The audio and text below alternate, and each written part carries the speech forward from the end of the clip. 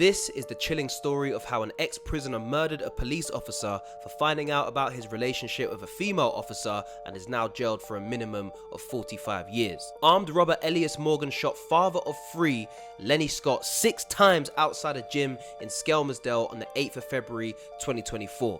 And he planned this after investigators at HMP Alt Course in Liverpool discovered evidence that Elias was having a sexual relationship with female officer Sarah Williams after a phone was found in his cell on March 2020. Elias had offered the police officer £1,500 as a bribe to lose the phone when it was found, but when he refused, Elias made a series of threats which terrified Mr. Scott, including accurately describing his address, what his partner and twin boys looked like, and telling him, "I'll bide my time, but I promise I will get you," before making a gun gesture with his fingers. Elias, whose previous convictions included an £83,000 bank robbery with machetes, waited for 53 minutes outside the gym on Pill Road for Mr. Scott to leave a jiu-jitsu training session.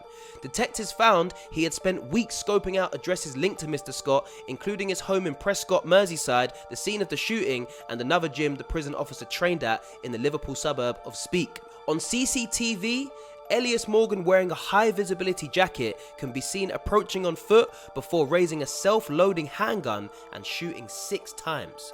Mr. Scott collapsed out of frame and unfortunately died at the scene. Elias was identified as the killer after police realised the gunman had driven to an estate near the scene in Skelmersdale in a Mercedes, which was registered to his mother.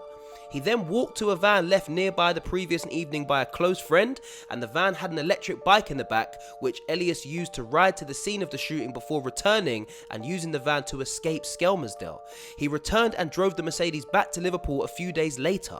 His friend was also charged with the murder of Mr. Scott, but was acquitted after he told the jury he had no idea the van or bike were to be used in a shooting, and Elias told him he was going to see a man about a dog, but then called him on the night to say he'd done someone in Skem and to get rid of your phone. This story is absolutely insane. My condolences go out to the family. The mother of Mr. Scott's children has said she finds letters that the kids write to their dad hidden under their pillow asking for him to come back. And they've also had nightmares about men chasing them with guns because of what's happened.